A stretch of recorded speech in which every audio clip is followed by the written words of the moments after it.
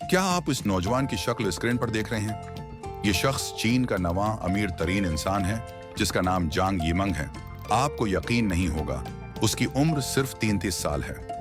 2008 में इस शख्स ने हजारों करोड़ों की दौलत हासिल की, माइक्रोसॉफ्ट ज्वाइन की, लेकिन वहां उसका दिल नहीं लगा और उसने एक और कंपनी फेन ज्वाइन कर ली।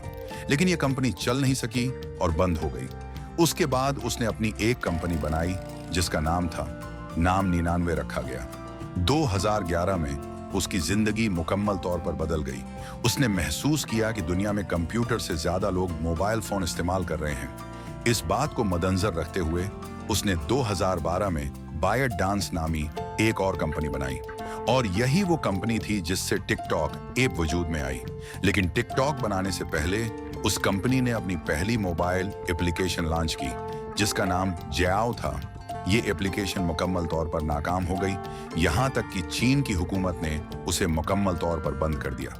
लेकिन उसने हिम्मत नहीं हारी और अपनी पूरी ताकत के साथ दोबारा मैदान हो गई। मैं उतरा।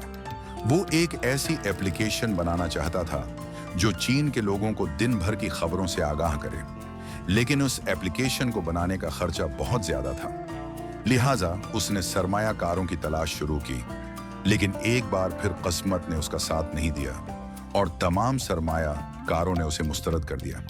माइक्रोसॉफ्ट जैसी कंपनी में एक अच्छी खासी नौकरी छोड़कर अब वो दर दर की ठोकरें खाने पर मजबूर था। लेकिन 2012 में एक सरमायाकार कंपनी ने इसमें पैसे लगाने के लिए तैयार हो गई। उन पैसों से उसने टूटियाओ नामी एक एप्लीकेशन बनाई जिसे 1,30,00,000 लोगों ने इस्तेमाल करना शुरू कर दिया।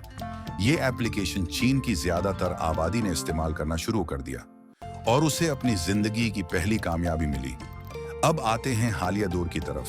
2016 में उसकी कंपनी ने डावेन नामी एक एप्लीकेशन बनाई जो दरअसल टिकटॉक का पेशरो थी। ये एप्लीकेशन चीन में बेहद है मशहूर हो गई और करोड़ों लोगों ने उसे इस्तेमाल करना शुरू कर दिया। उसके बाद उसने सोचा कि क्यों ना उस एप्लीकेशन को पूरी दुनिया में मुतारफ कराया जाए। इसी वजह से 2017 में टिकटॉक के नाम से यह एप्लीकेशन पूरी दुनिया में लॉन्च की गई। लेकिन उस वक्त टिकटॉक से मिलती जलती एक और एप्लीकेशन पहले से मौजूद थी जिसका नाम म्यूजिकली था। जब तक म्यूजिकली मौजूद थी, टिकटॉक का मशहूर होना बहुत मुश्किल था। उसने म्यूजिकली को $1 अरब में खरीद लिया और उसके तमाम सार्फिन को टिकटॉक में मुंतकल कर दिया।